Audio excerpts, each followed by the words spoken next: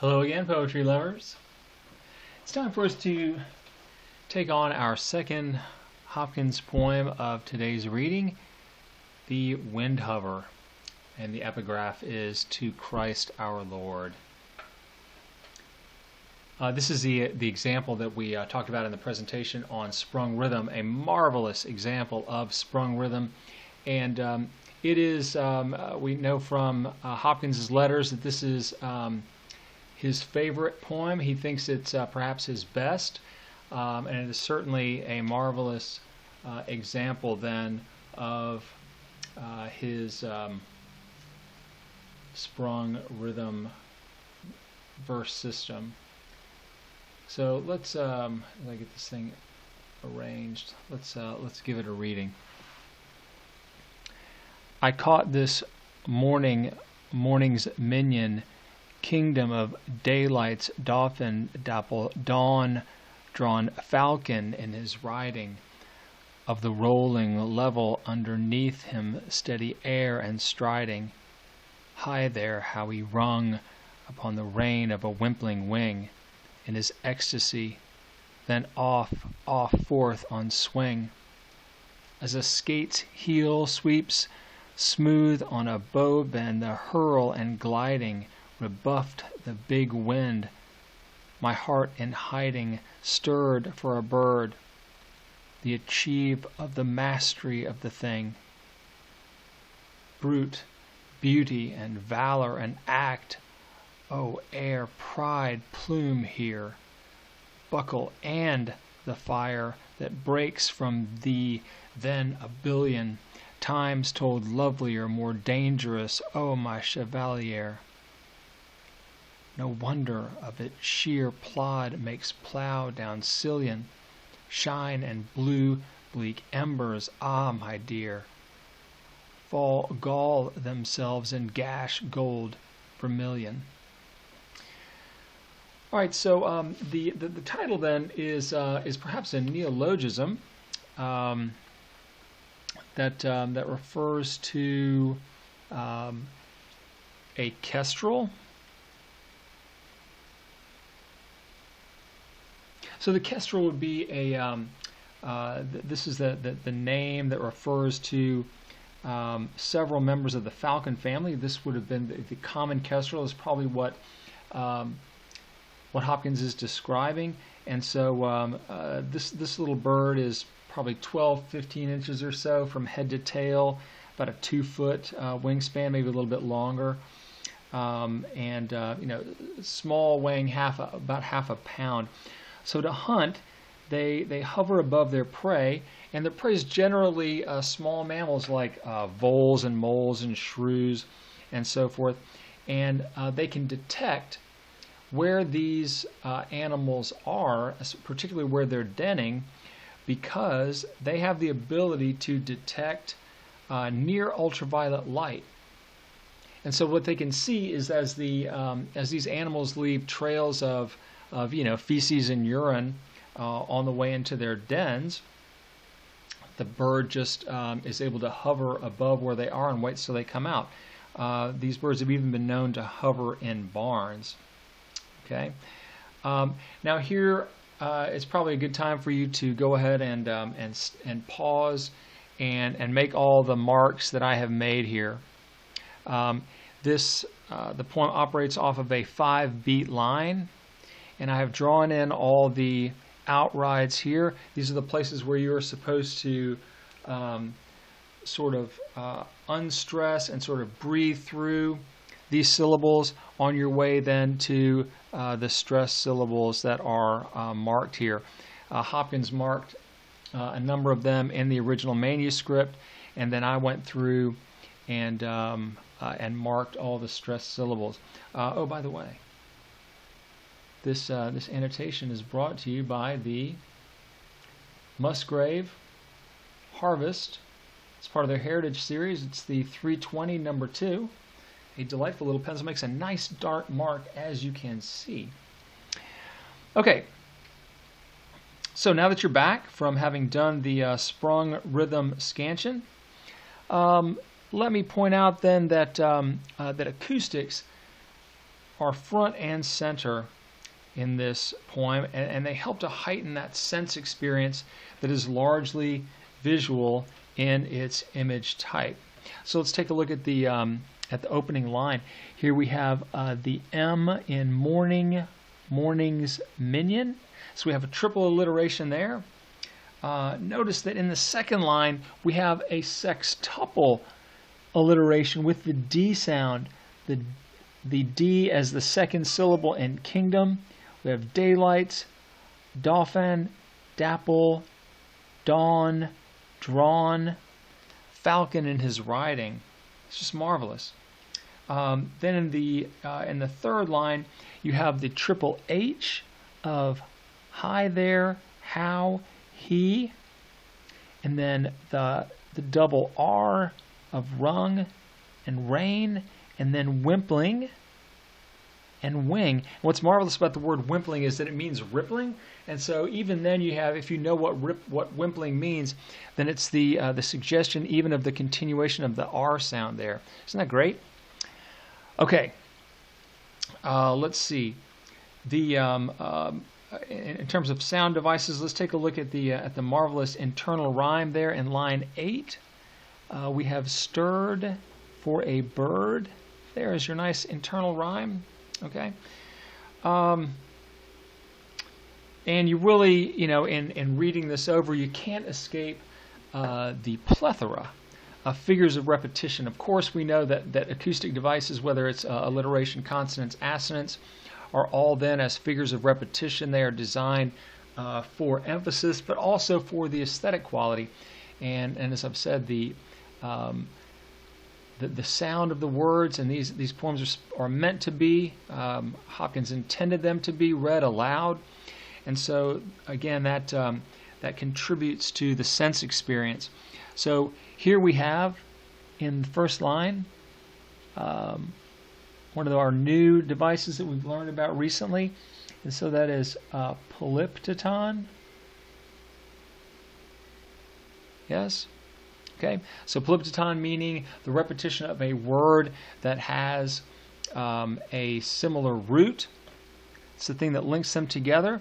Then, of course, we have here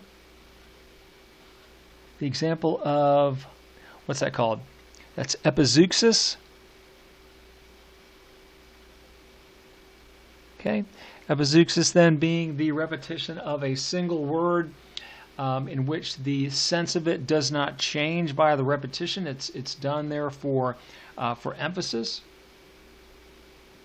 Okay, so nice. Look at all that stuff that's going on there in the opening. I may be jumping ahead of myself. I don't know.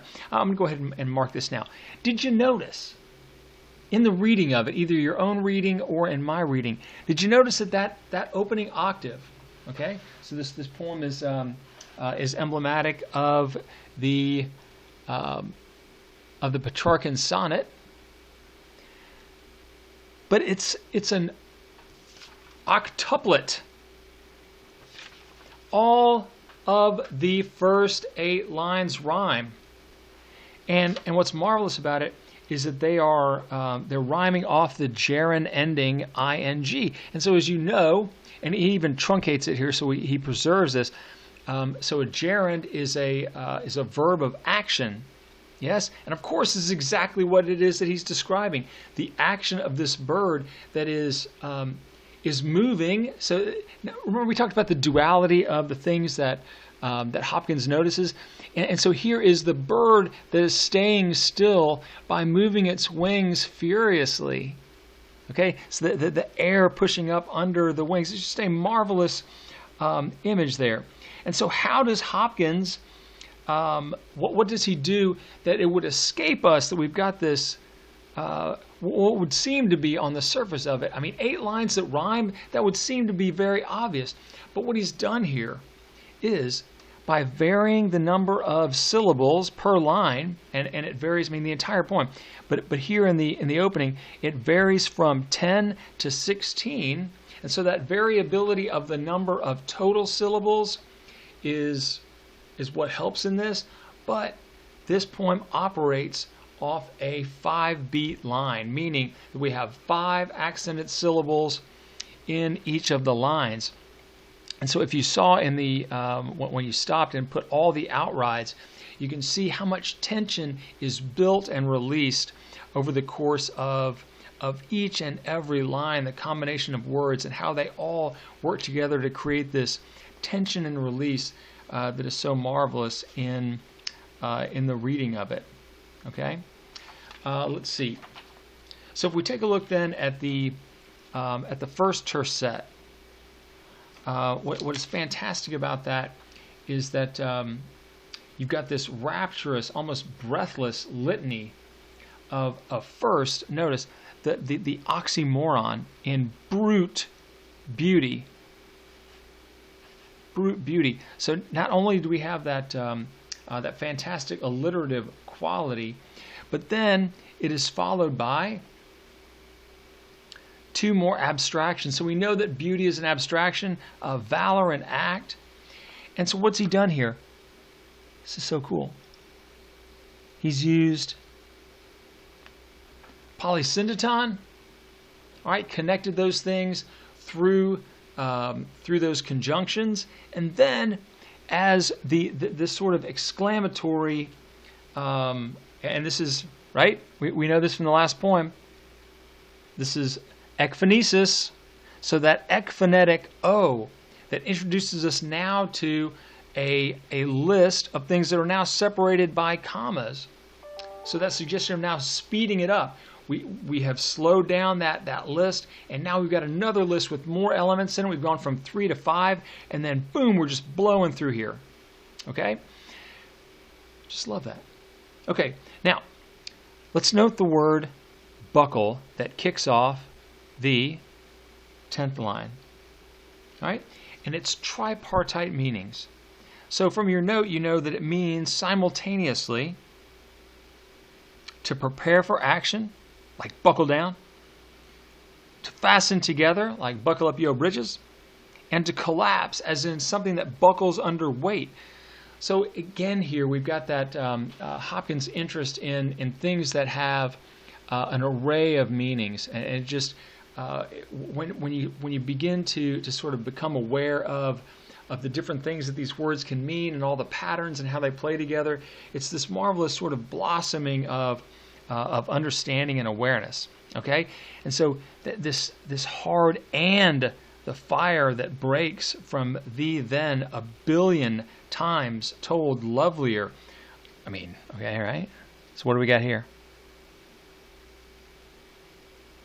A little hyperbole, which always then is used to amplify the sense of something. So a billion times told lovelier, more dangerous, oh my chevalier. And look at that. Look at this right here. See the echo of lovelier and chevalier? It's just fantastic.